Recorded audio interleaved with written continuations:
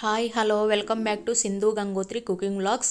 ఈరోజు రెసిపీ వచ్చేసి నేను పరమాన్నం ఎలా చేసుకోవాలనేది ఈ వీడియోలో చూపిస్తాను, చూసేయండి.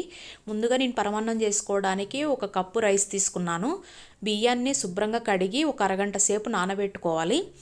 అరగంట సేపు నానబెట్టుకోవడం వల్ల మనకి రైస్ అనేది మంచిగా కుక్ అవుతుంది.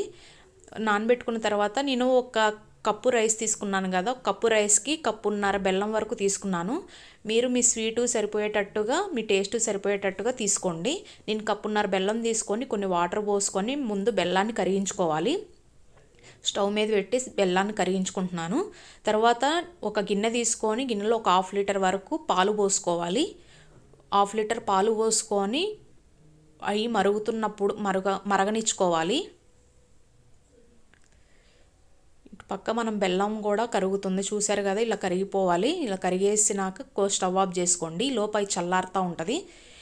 ఈ పాలు కూడా కొంచెం పొంగొస్తున్నాయి కదా, ఆ పొంగొస్తున్నప్పుడు మనం నానబెట్టుకున్న బియ్యం అనేది అందులో వేసేసుకోవాలి.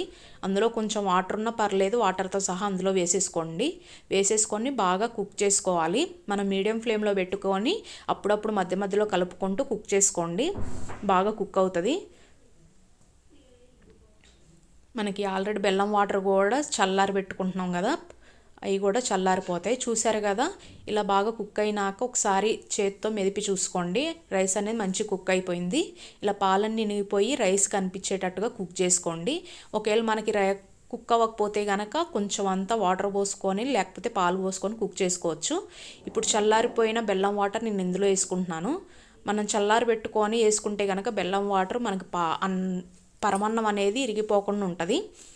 ఇలా మొత్తం వాటర్ పోసుకొని బెల్లం వాటర్ వేసుకొని మొత్తం ఒకసారి కలిపేసుకోవాలి. మొత్తం కలిపేసుకుంటే ఈ కన్సిస్టెన్సీలో వచ్చినప్పుడు మనం స్టవ్ ఆఫ్ చేసుకుంటే సరిపోద్దండి. మనకు కొంచెం చల్లారిన తర్వాత అది కొద్దిగా గట్టిగా అవుతుంది. అందుకని ఈ కన్సిస్టెన్సీలో స్టవ్ ఆఫ్ చేసేసుకోండి. ఇంతేనండి, ఎంతో టేస్టీగా ఉండే, ఎంతో ఈజీగా సింపుల్గా చేసుకునే పరమాన్నం రెసిపీ. ఈ వీడియో కనుక మీకు నచ్చినట్లయితే లైక్ చేయండి, షేర్ చేయండి, సబ్స్క్రైబ్ చేసుకోండి. Thank you.